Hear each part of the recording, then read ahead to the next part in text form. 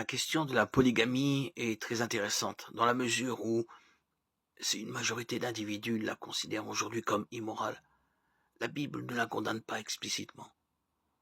Le premier cas de polygamie, bigamie dans la Bible est celui de Lémère, en Genèse 4,19.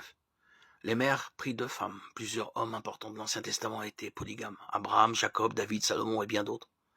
En 2 Samuel 12,8, Dieu, s'exprimant par la bouche du prophète Nathan, dit à David que si ses femmes et concubines ne lui suffisaient pas, il lui en aurait donné encore plus. D'après 1 Roi 11,3, nous voyons que Salomon avait 700 femmes et 300 concubines. Que faut-il déduire de tous ces cas de polygamie dans l'Ancien Testament?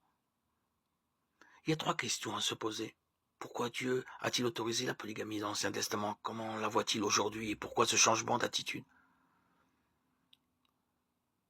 La Bible n'explique pas pourquoi Dieu a autorisé la polygamie. En spéculant sur son silence, il y a quelques éléments clés à prendre en compte. D'abord, il y a toujours eu plus de femmes que d'hommes. Les statistiques montrent qu'aujourd'hui, environ 50% de la population mondiale est composée de femmes contre 49,5% d'hommes.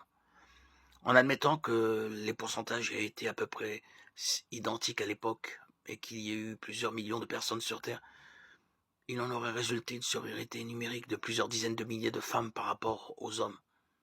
Ensuite, les guerres antiques étaient particulièrement violentes, avec un taux de mortalité extrêmement élevé, ce qui aurait encore aggravé la proportion de femmes par rapport aux hommes. Enfin, dans ces sociétés patriarcales, il était presque impossible pour un célibataire de subvenir seul à ses besoins. Les femmes n'avaient souvent aucune éducation ni formation professionnelle et dépendaient de leur père, de leurs frères et de leur mari pour pourvoir à leurs besoins et les protéger. Les femmes non mariées étaient souvent exposées à la prostitution ou à l'esclavage. La différence significative entre le nombre d'hommes et de femmes aurait laissé beaucoup de femmes dans cette situation indésirable. Il semble donc que Dieu a autorisé la polygamie pour protéger les femmes qui n'auraient pas trouvé de mari autrement. En permettant à un homme de prendre plusieurs femmes et de pouvoir à leurs besoins, même si la vie dans un foyer polygame n'était certainement pas idéale, elle était préférable à la prostitution, l'esclavage ou la famine. Outre le fait de protéger, de pourvoir aux besoins des femmes, la polygamie accélérait la croissance de l'humanité, accomplissant ainsi le commandement de Dieu. Reproduisez-vous et devenez nombreux, pullulez et multipliez-vous sur la terre. Genèse 9,7.